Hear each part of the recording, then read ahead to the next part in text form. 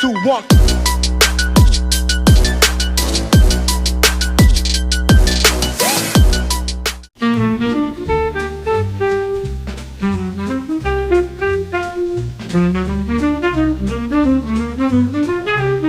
Warap mga kalapatid sa another day, another vlog, another dagit serye dito sa Tarebal Slope TV.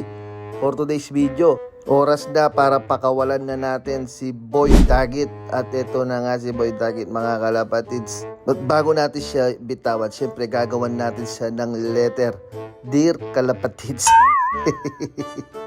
Bibigyan natin siya ng inspirational letter para kung sakali mang umuwi sa kanya yung kanyang alagang warriors, ma-inspira siya at gayahin tayong nagbabalik ng mga dagit. Hindi natin kinikip yung mga dagit mga kalapatids kasi may naghihintay sa kanila doon sa loob nila, yung amo nila. Sumasakit na yung battle nila sa kakahintay sa kalapati nila, ngayon pala na dagit na ng iba.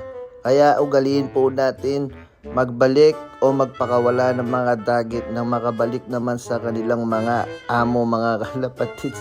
At natapos ko na nga yung sulat. Basahin mo kalapatids.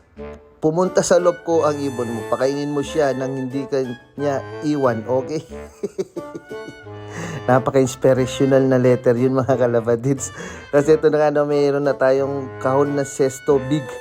Dito natin idadapok tong ating Boy Dagit na to para umuwi na doon sa may amo niya kasi nakakaragdag pa sa patokato. Lakas pa namang kumain. Wala siyang pick-up siyan mga kalapatids. Tapos sinalpak na nga natin dito yung yung kanyang love letter para doon sa kanyang amo kung sakaling umuwi man sa may amo, makita niya tong aking motivational na letter.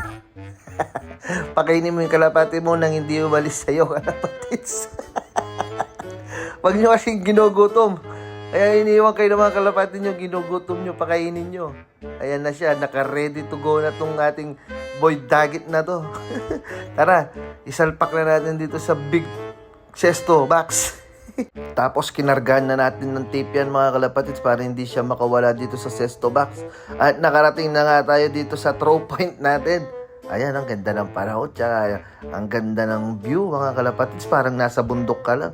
Pero bekuran lang yan mga kalapatids, pero mukhang bundok. At ito na nga, papakawalin na natin si Boy Dagit.